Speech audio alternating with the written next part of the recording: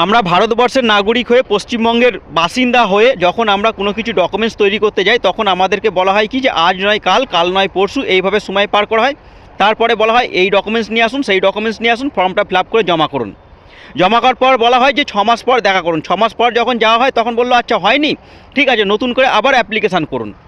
এইভাবে আমাদেরকে ঘোরানো হয়। অথচ এই রাজ্যেতে সন্ত্রাসবাদীরা সহজেই ভোটার লিস্টে নাম তুলে ফেলতে পারে, আধার কার্ডের মতন গুরুত্বপূর্ণ একটা কার্ড তৈরি করে ফেলতে পারে। আবার রাজ্য পুলিশ ভেরিফিকেশন রিপোর্ট অনুযায়ী আবার তারা পাসপোর্টও হাতে পেয়ে যায়, একটা পাসপোর্টের মতন গুরুত্বপূর্ণ ডকুমেন্ট সেটাও হাতে পেয়ে যায়।